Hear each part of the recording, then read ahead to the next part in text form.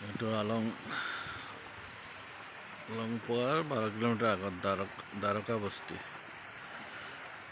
কি ধুনীয়া বস্তি, বহুত ডাঙৰ। এইটো আলঙৰ ভিতৰত, মানে এইটো অৰুণাচলৰ ভিতৰত ডাঙৰ বস্তি হয় দ্বাৰকা বস্তি।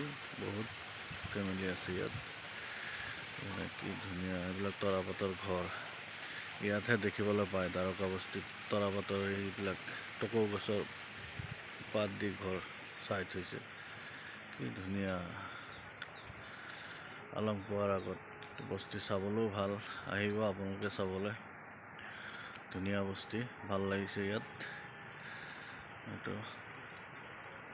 আমি এইটো ঘৰত আহিছোঁ আজি আলহী খাবলৈ। আজি দুপৰীয়া সাজ ইয়াতে হ'ব। এইখন ঘৰত আমাক নিমন্ত্ৰণ কৰিছে।